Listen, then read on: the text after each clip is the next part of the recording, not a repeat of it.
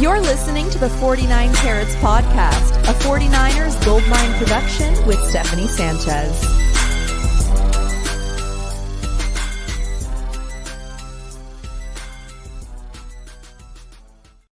What's going on, everyone? Welcome to another edition of the 49 Carats Podcast. I'm your host, Steph. It is Monday, September 1st, a Labor Day, the first 49ers practice of game day week, and it's a good one. We're going to talk about many updates that came through in the last couple of days and some very important ones that happened today. So thanks for joining me today on this fabulous Monday as we get closer to week one and seeing this team back on the field. Of course, we got to talk about Jauan Jennings. But before we talk about what happened today, let's rewind a couple of days. All right. So Jauan Jennings, apparently, according to Tim Kawakami, who was on 95.7 The Game Thursday, this was a few days ago. On Thursday, Tim K said that Jauan Jennings wants $20 million or more, is kind of what he was suggesting. Now, I don't know if this is real. In fact, you guys in the comments, let me know if you guys buy this at all. But if he does want that, it'd be no surprise to anybody why the 49ers haven't budged at all in that number. He's not getting $20 million from the 49ers or anything within that realm. So we get that a couple days ago and no movement from the 49ers side. But Monday is the first practice of game day week, so that was going to tell us a lot about where this Jauan Jennings situation was going to be going. Well, also a couple days ago, we did hear that Kendrick Bourne was going to be visiting with the 49ers as well. So you got week one looming, and you got Kendrick Bourne potentially coming in as a replacement for Jauan Jennings for week one or however long Jauan Jennings plans to be out. By all accounts, seemed like a very fluid situation, right? There was no certainty whether Jauan Jennings would be available for week one when John Lynch and Kyle Shanahan spoke to the media last week. So you got that. Two things that you would think, increase the urgency for a fellow Jauan Jennings.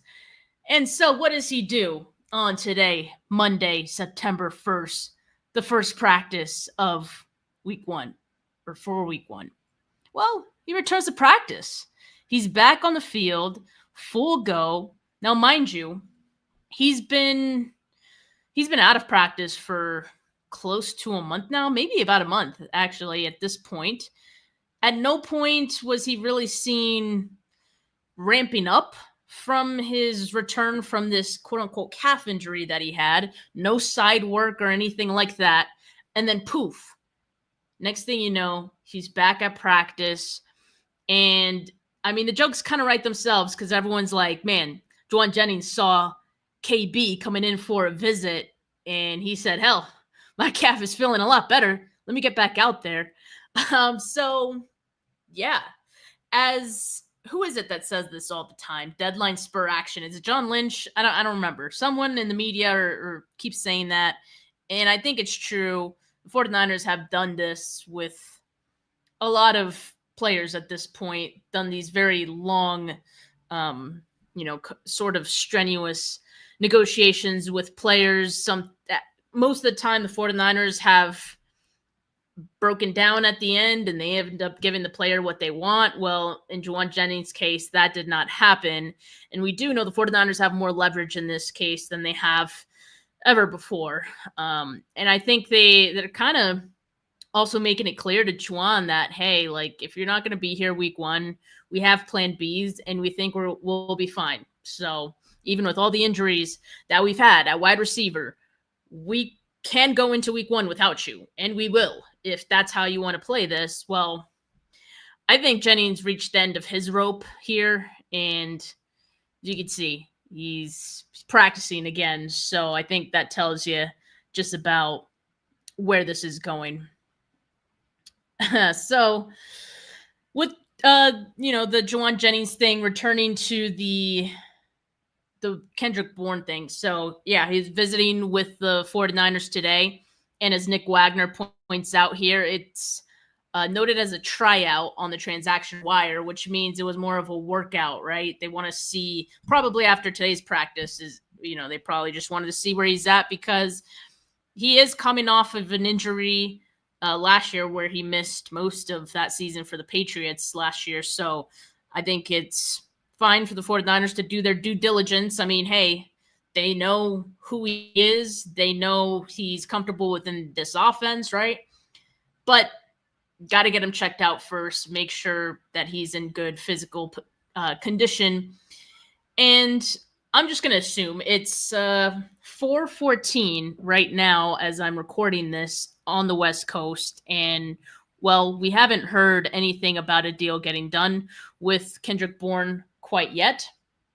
And so I have to imagine that Kendrick Bourne probably going to take his visit with the Commanders. And that was reportedly a visit with the Commanders, I believe tomorrow, Tuesday.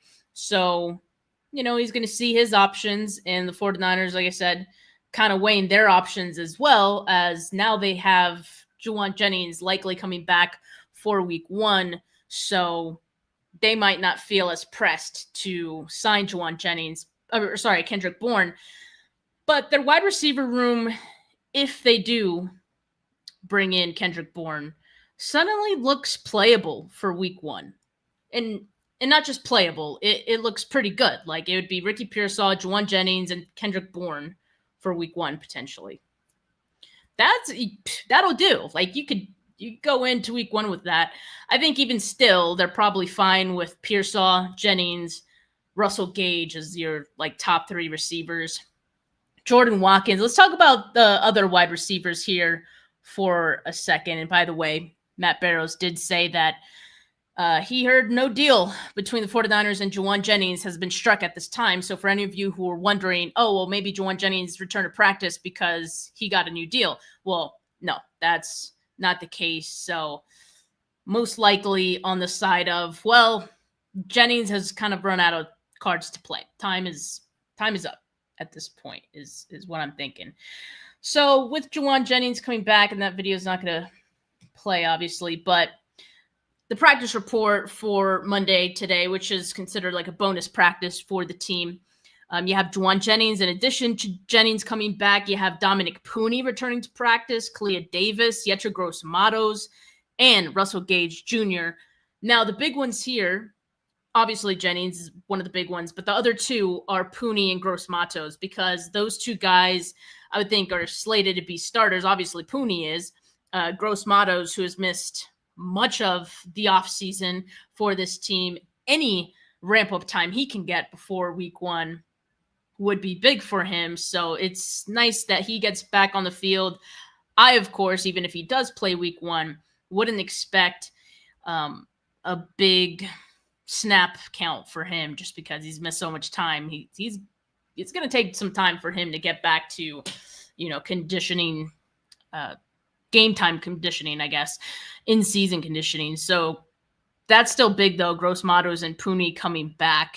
And the only 49ers player who wasn't practicing today, who isn't on IR, by the way. A lot of players are on IR, right? We mentioned that in the last episode with the roster moves that the 49ers made. But of the guys who are healthy on the 53, the guys who are on the 53, the only player not practicing was Jordan Watkins, wide receiver. So it kind of feels like the 49ers are turning their luck a little bit when it comes to the injuries. And don't worry, guys, I will knock on wood for this. And hopefully that's how it remains. We've made the joke that the 49ers are just trying to get all of their injuries out of the way in training camp so they can be at full health for the season. Chestnut checkers. Well, at least for now. It's a very long season, but at least for now, at least for week 1 and being available for that, it seems like that could be true. They're getting a lot of guys back who are going to be needed for that week 1 game. Last episode, there was a practice late last week in which Upton Stout came back, a few other guys. So they're getting back on track, I think, as far as health goes, and just in time for week 1. In fact, please, I wanted this to load, but maybe I can, I had a little slide for you guys of, I could just show you If you guys don't follow me on Twitter, I had this right here. And of course, Twitter's going to mess it up for everyone. I don't want to promote this. I just want to show my funny meme. All right? Okay. Getting healthy just in time for week 1. You guys get it. All right. We move on. We move on. But how are you guys feeling about week 1 suddenly, right? Like, are you guys in a much better place mentally? Because I think I am. I do feel better. Cowan is on injured reserve, so that's why I didn't mention him. Steve-O. All right. Let me get to some of these comments here. Hashtag 49K. Yeah, make sure you hit that like. Make sure you hit that notification bell. DP says, hope we signed KB. Yeah, no news on that front yet. And I have to imagine that probably means, like I said, he's going to Washington and he's for a workout for the same thing that he did today with the 49ers. And maybe he signs with them. But like I said, I expect the 49ers to not offer KB much anyway, especially with Jauan Jennings coming back today. I doubt they feel the same sense of urgency to get another receiver, because really they only need another receiver for 3 weeks until Demarcus Robinson comes back. So if Jennings can, that's the other thing. I don't know how much Jennings is going to play for week 1. At this point, he went from not practicing at all, not ramping up at all, to just full go today and Monday. And I don't know, maybe he didn't do everything in today's practice. Training camp is over, so the beat writers can only be there for the first 20 minutes or so of practice, which is usually warm-ups. So we don't really know the extent of what Jauan Jennings did today. But that still begs the question, how much in football shape, in game shape, is Jauan Jennings at this point? If he's not very much so in game shape, then I would say, you probably don't want to put him out there for every offensive snap. And I don't think they would. I think they'll probably try to ease him in as much as they can. Like, you still want one of your best wide receivers who's available out there. But my worry, and I'm going to keep saying this, probably sound like a broken record, I think the fact that Jauan Jennings is now in a very, very condensed ramp up where he's going from 0 to 60, basically trying to get ready for week 1. I think he's putting himself at risk for injury. And let's not forget, partially what got him into this in the first place was that calf injury that he was dealing with. And I say partially because I think the other part was, of course, the contract stuff. But I just hope he's careful. I hope the 49ers are careful with him. I guess we'll sort of see. And Rob says a dose of KB healed that calf fast. It's incredible what the body can do, right? It's just a marvel. Steve-O says 0 chance on KB, nothing to do with JJ being back. Come on. I mean, I think it does have something to do with Jauan Jennings coming back. But yeah, I don't think there's a big urgency on him coming back. I also think that the Commanders would probably be more likely to offer more just because the 49ers they're cheap. They're a little frugal sometimes, right? So especially KB at his age, where he's at in his career now, coming off a pretty big injury last year. So I don't think they would offer him too much. And so I think Commanders would probably be a fine place for KB. Yeah, it's huge to see players coming back. 49er Media asks, Steph, do you think Cowan is done? Lots of fans think that, but I disagree because I'm his number one fan. Well, I know you're his number one fan, but I don't know if he's done. But obviously the fact that he just hasn't been able to, well, I don't want to say he hasn't been able to stay healthy, but at least this season, that's kind of been the case. I think he needs to prove he can be available. And then when he's available, he needs to prove his value. Like, he hasn't even been able to do that because he's either hurt or he's not getting the opportunity. Last year, he was in the doghouse, so this year was his best shot, and now he's not available because he's hurt. Like, when you have so many things going up against you, kind of hard to make your case for why he should be on the team. I don't think he's done quite yet, but the window is closing, I think, on Jacob Cowing. All right, so let's get back to the fun stuff. There's some other stuff other than the Jauan Jennings stuff that I wanted to talk about today. I think as far as today goes, we talked about the latest updates, and you guys probably already saw this, but I'm going to talk about it here because we hadn't talked about it yet together. The 49ers announced their rivalries jerseys via Nike. And this is a thing that Nike and the NFL decided to do with two divisions, the AFC East and the NFC West. And so the 49ers got theirs, features saloon font. It's a black jersey, red numbers with the gold drop shadow on the saloon and outline. I thought it could have been better, but I'm just a hater. So that's okay. And I saw them before they dropped, and I was a little disappointed just because I thought it'd be better. But after seeing all the other rivalry jerseys, I mean, I do think the 49ers are one of the better ones. The saloon font is goated. I don't care, like, what it's on, the field, a hat, a tattoo. I don't care. The saloon font is goated. It will always be classic. It will always be sexy. Like, yes, saloon font, numbers, okay. I can get down with that. The black jersey, I'm just over trying to make black jerseys happen for this team. I'm over it. It's just like, I would have loved some like cream colored jerseys, ivory, even like, I don't know, like that's just something that hasn't been done before for this team that I think they would pull off the heck out of. I don't know if I said that right, but you guys know what I mean. In any case, it's fine. They might grow on me. The helmet could use some work. I wish the helmet didn't have any white on it. I wish the helmet, because the jersey itself has no white on it, the white on it is the strap, the helmet strap on the sides, and then, of course, the logo, 49ers logo, that Steph is white, right? So I would have loved if they did like the floating SF, like, how when they updated their branding and they were doing the floating SF with no oval. I love that. I would have loved to see a floating SF either in red or just gold right there instead of the classic logo on this one.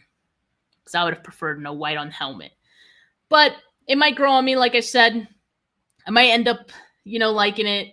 At least a lot of 49er fans like it. I know a lot of people, really dig them. That's important. I mean, it's cool that, a lot of people are going to enjoy these. That's the whole point.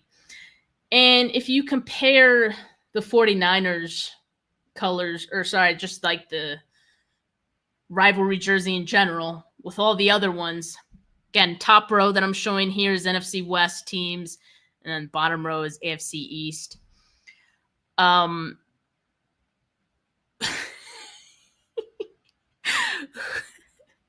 Who shit in the Arizona Cardinals breakfast, or who from the Cardinals shit in Nike's breakfast, because they literally made their jersey look like, and pardon my French, like shit stained jersey. Like, it's terrible. It's the worst jersey I think I've ever seen. Pretty close to one of the worst I've ever seen. It's just dirt specks, and they didn't on purpose. It's supposed to be like dust storm. No, it looks like they played in a mud bowl and said, here, there's your jersey. Looks awful. I do have to say, hands down, the 49ers have the best rivalry jersey in the NFC West. And that's with me not even loving them that much. I could say that wholeheartedly. I love the Bills one. Again, I was expecting a little bit more of the city connection come into it a little bit. I get the saloon, the saloon font, gold mine, 49, all that. Okay, I get it. Some of these other ones have no connection at all to the city. And some are just horrible representations of the city, like the Arizona ones. I just thought there'd be a little bit more. Kind of like the MLB, NBA versions of them. And I get it. Not everyone's a huge fan of those. They often try to do too much. But I think there's a way you could have done it that would have still been kind of cool. Anyway, that's that on that. Now, on to more jersey conversations here, because the 49ers also, as part of this, dropped their jersey schedule. And the white primary is going to be, very primary this year. And the white primaries are the jerseys that they typically wear in away games. However, this year, they're going to be wearing them in a few home games early in the season. And the reason behind that, I believe the 49ers did it last year as well. Maybe. But anyway, I know Kyle Shanahan has mentioned in the past that the reason for wanting to wear white jerseys when it's hot at Levi's, so early in the season, September, it's really hot in the Bay Area, typically Santa Clara, so that's why they've chosen to wear the white primaries even in home games early in the season. So as you can see here, by a large margin, the white primaries are going to be the main jersey for the 49ers this season, which is insane to me. That is my least favorite jersey for the 49ers. And my favorite is, the throwbacks, of course. And don't worry, they're still going to be part of the rotation as well. You got the white throwbacks in week 3 for the 49ers home opener. So at least they could still wear white, and they got a little swag with it because it's the throwbacks. That I'm fine with. I know some of this text is a little hard to read. Then they got the red throwbacks week 7 and week 17. And then you got the rivalry jerseys only going to be worn week 18 against Seattle in a meaningless game where the starters might not even play if the 49ers are in the playoffs by then. But who are we kidding? Do we really think the 49ers are going to be that strong this year? I think they'll be playing for their life in week 18, if I'm honest with you. But anyway, still, to wait that long is kind of crazy.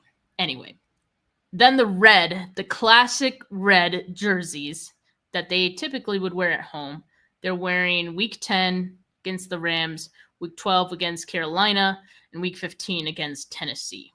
That's it. Just 3 games. Just 3 games with the red classics. That's crazy. I hate the white primaries. I hate that this team is in Santa Clara and they're scorching their butt off in September. Jed, build a canopy, build whatever, build a dome, build something. Enough with the white jerseys, with the white primary. Ugh, hate it. But that's my gripe with jerseys. All right, I'll stop now. Let me get to a few more of your comments if you guys have some for me. All right, I know I did see a couple. Hiram, if you're here still, asked, who do you guess will be inactive for week 1? All right, it's a fun exercise. Let's look through. Let's see. And I'm trying to remember. So 48 active, right, for game day? 48. So really, they got, so 5 players would be inactive. That math took way too long, I know. I would say one of the running backs, so either Garendo or Jordan James. I think Jordan James would be the inactive one in that case. Guerrero at least has special teams ability, so that's why they would decide Guerrero over James. And let's see, for defensive line, there's probably a few guys who could be inactive for the defensive line. Let's see. So they got probably Robert Beal could probably be inactive. Maybe Alfred Collins. Maybe. Yeah, I'm going to say Alfred Collins, maybe. He's not quite there yet. And either Yetur Gross-Matos or Samo. I think they let Yetur Gross-Matos ramp up another week, would be maybe my thought. And who knows, Jordan Jefferson, maybe the other defensive tackle who joined the team, last week, who's part of the 53 because they claimed him off of waivers. Is he ready to be out there and active yet? I don't know. Is he ready to be part of the rotation? Not sure. If they feel like he's ready, maybe he'll be out there, but if not, I could see him being one of the inactives potentially. As far as the corners go, how many people do I need left? One or two. And then maybe either Siren Neal or Darrell Luter. We don't know who the third corner is between those two guys. We don't know who's higher up on the depth chart between Neal and Luter.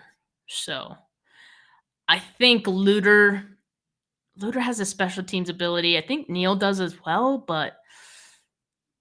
and possibly Chase Lucas. Those would be or an offensive lineman. I think one of the offensive linemen definitely, they don't need all those guys. So maybe either Connor Colby or Drew Moss. One of those guys, probably Drew Moss. So there you go. Hopefully, I would think that's accurate enough for the 49ers week 1 inactive guess. Chris asks, how good is our backfield this year? Or historically, what's a good comparison? Okay, historically, I don't have great memory, but I'll try my best. So we've got Christian McCaffrey, we have Brian Robinson, we have Isaac Guerrero, and we have Jordan James. And if you want to throw in Kyle Juszczyk out there as part of the backfield, sure, knock yourself out.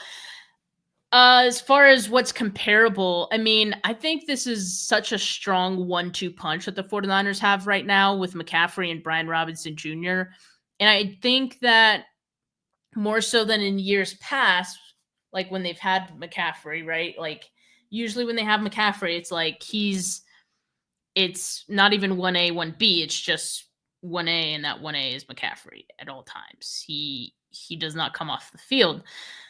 I think Kyle Shanahan finds some way to get Brian Robinson on the field more so than we've seen in RB2 on this team, at least in the last couple of years since McCaffrey has joined in the past. And I think we probably see both of them on the field at the same time, especially in these first 3 weeks of the season. I think we see a lot of that. So I kind of want to compare it to, as far as like, I don't know, hard to compare it to anything in like the Kyle Shanahan era. They've had good committees in the past, like, let's see, let's just try to backtrack. I'm trying to remember, like, when they had Raheem Mostert, and that was, but like, it's just hard to compare because they don't really have, Mostert was like a speed guy. They don't have like a speed guy. That's the interesting thing with the 1-2 punch of now with McCaffrey and Brian Robinson is Brian Robinson's kind of a bit of a bruiser more so than McCaffrey is. One cut and go kind of guy. But I think he can maybe be like a goal line back too. He's really good in the red zone. So as far as skill sets go, I don't know how to compare it to any other, Kyle Shanahan backfield. What do you guys think, though? If you got to think of a backfield comparable to the one right now, I don't know. All right. Throwback asks, Steph, name me your top 3 Seahawks killers. Do they have to be on the team currently? Because if they do, that'd be tough. If not, I'm going to go with Drake Greenlaw. I think he is like the Seahawks killer. And I feel like Lenore. I mean, Lenore has had some great games. It's a shame that DK Metcalf isn't there anymore, because I really do think he's just got his number. He get in his head. He got him roid raging. It's crazy. And then the other Seahawk killer from this team, I'd say Kittle. I feel like he always has some great games against the Seahawks here and there. So I'm gonna say Kittle. He feels like the secret weapon when we go up against them. Invader says he'd compare the current backfield to Wendell Tyler and Roger Craig. See, like that, and that's why I took an assist from the chat, because I have no frame of reference for that. Like, I didn't watch those guys. So there we go. What did Adam Schefter just tweet? What are you guys talking about over here in the chat? He didn't tweet anything. I have notifications on for him. Schefter, come on, don't get me like that. And even if it was a notification that Kendrick Bourne like signed with the team, wouldn't be one that I'd like run to check. All right, but all right, let's get to the. You guys have some thoughts on the Seahawks killers. Kittle, Brock Purdy, or Jauan Jennings. Yeah, Brock Purdy has been great. He's had some great games. He's had only great games against the Seahawks. And I'm kind of waiting for that to, like, the shoe to drop at one point. And I only say that because I think Mike McDonald, obviously great defensive coordinator when he was with the Ravens, and everyone kept saying, well, Steph, like, he doesn't have the same personnel that he had with the Ravens with the Seahawks. And that's very much true. He doesn't. Even still, he doesn't.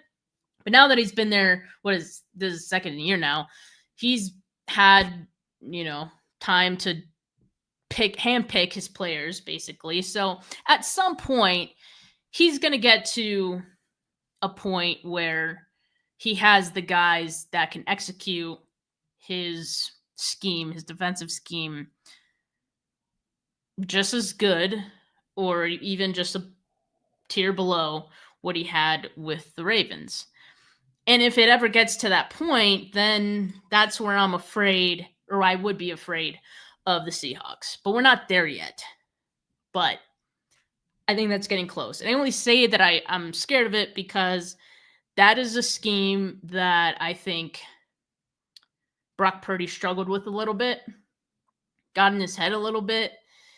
And if you watch that game, like, it was abysmal, but Brock was still, like, throwing the ball. Like, if you watch, like, early, before the wheels fell off in that game against the Ravens, what was it, the Christmas game a couple years ago? Right? It was on a holiday. I know it was on a holiday because it ruined my holiday again. I don't know how they do that all the time. But yeah, I felt like the opportunities were there. There were just some weird, freakish things in that game. But I also do think the scheme helped make those mistakes happen. So anyway, yeah, Brock's had some Blue Christmas that year. Yep, it was Christmas. I knew it. Holiday ruined. And then I still remember from several years ago, and this was when Harbaugh was coaching. I think it was Thanksgiving. I think it was a Thanksgiving game. And it was the Harbaugh Thanksgiving game. And that was also just an abysmal showing as well. Because every 2014, every time we go into those games, prime time, and we are the talk of the town when we go into those games. Both times, like, And so I have these horrible memories of these holiday games against the Ravens where it's just like, this is where we prove, yeah, we belong in these conversations. And then we just get stomped out. Like both of those games very similar to me in my head, in my memory, because I just but those teams were still good in their own right, obviously. The 49ers teams of those years. Anyway. All right, guys. I think that's all for today. Weston, of course, you guys didn't notice. Weston's not here with me today. Otherwise, he'd have been silent the whole time. But yeah, Weston's going to join me next Monday. It'll be our first week 1 49K player of the week for the 2025 season. Be there or be square. It might be at 5 Pacific next week. Got to check in with Weston, but make sure that you guys are checked in for that one. So make sure you hit that notification bell so you know when I go live. Make sure you're subscribed to the channel. You know, that helps. Audio listeners, make sure you follow, the podcast. And YouTube viewers, make sure you hit that thumbs up. I appreciate all of you. I'm going to be doing things a little bit different this year, getting into this full in-season schedule now. So Monday is going to be 49K Player of the Week. Tuesday, Bully Ball exclusively on YouTube. And if you're interested in watching or listening, audio listeners listening to Bully Ball, you got to do so on the Gold Standard Network. Make sure you guys follow them as well. And then Wednesday, going to be an off day. I might do impromptu shows on Wednesdays. And then Thursday, going to be doing shows with Wayne. Those should be fun. And then Friday, going to be doing my matchup preview shows with KP and hopefully Desi. So, yeah. Oh, and my post-game shows. Going to be doing that with Drea this year. And she'll be joining me for a few of those. So, yeah, going to be a fun year. Really excited for it. So make sure you guys follow wherever you can. Steph 49K. Appreciate all of you. I hope you guys have a good rest of your Labor Day, good rest of your day off. For now, folks, have a good rest of your Monday. Peace.